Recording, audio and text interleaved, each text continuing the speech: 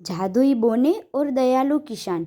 एक गांव में हरिश्चंद्र नाम का एक दयालु किसान रहता था। वह गरीब था लेकिन मेहनती और ईमानदार। रोज सुबह उठकर खेतों में काम करता और ज़रूरतमंदों की मदद करता। एक दिन हरिश्चंद्र अपने खेत में हल चला रहा था कि अचानक उसकी हल्की नोक किसी चीज़ से टकराई। जमीन खोदने पर उसे एक छोटा सा लकड़ी का दरवाज़ा मिला। उसने उसे खोला तो देखा कि नीचे एक सुरंग है। जिज्ञासावश वह नीचे उतर गया। सुरंग के अंदर एक जादुई दुनिया थी। रंग बिरंगी फूल, चमकते पेड़ और बहुत सारे बोने। बोने उसे देखकर घबरा गए, लेकिन जब हरिश्चंद्र ने मुस्कुराकर नमस्कार किया और कहा कि वह नुकसान नहीं पहुंचाएगा, तो वे शांत हो गए।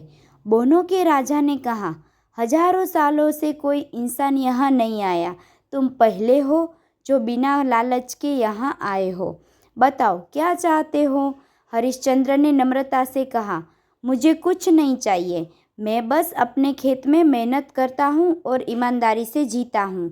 राजा बोना मुस्कुराया और बोला, तुम्हारी दयालुता और ईमानदारी ने हमें बहुत प्रभावित किया। हम तुम्हें एक तोहफा देना चाहते हैं।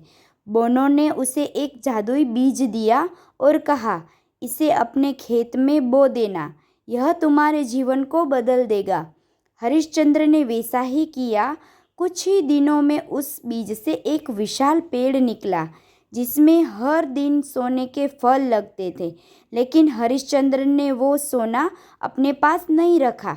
उसने गांव के गरीबों में बांटा, स्कूल बनवाया, सबकी मदद की।